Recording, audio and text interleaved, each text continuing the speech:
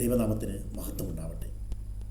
യേശു ഒരിക്കൽ ശിഷ്യന്മാരോട് പറഞ്ഞു, ഈ മന്ദിരം പൊളിപ്പിൻ, 3 ദിവസത്തിനകം ഞാനതിനെ പണിയും. യോഹന്നാൻ്റെ സുവിശേഷം 2-ാം അധ്യായം 19-ാമത് വാക്യം.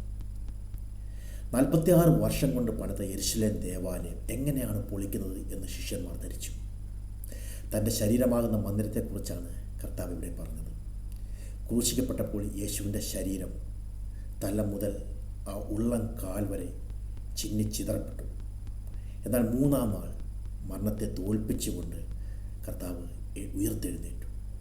അപ്പോൾ ശിഷ്യന്മാർക്ക് മനസ്സിലായി ദൈവം തകർന്നതിനെ പണിയുന്നവരാണെന്ന്. എന്തൊക്കെയാണ് ദൈവം പണിയുന്നത്?